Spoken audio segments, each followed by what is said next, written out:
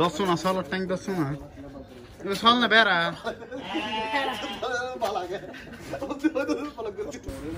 আমাদের ভেড়ার মাংস রান্না করার প্রসেস শুরু হয়ে যাচ্ছে। যে ভেড়া কাটা হয়ে গেছে,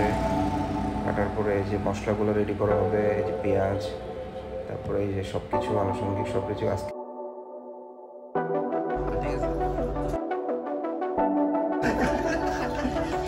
মা হয় না হয়তো তোমার বাপের পাশে গিয়ে বসো না, বাপে আমার থেকে নিয়ে গিয়ে বলে ছাগলের মাংস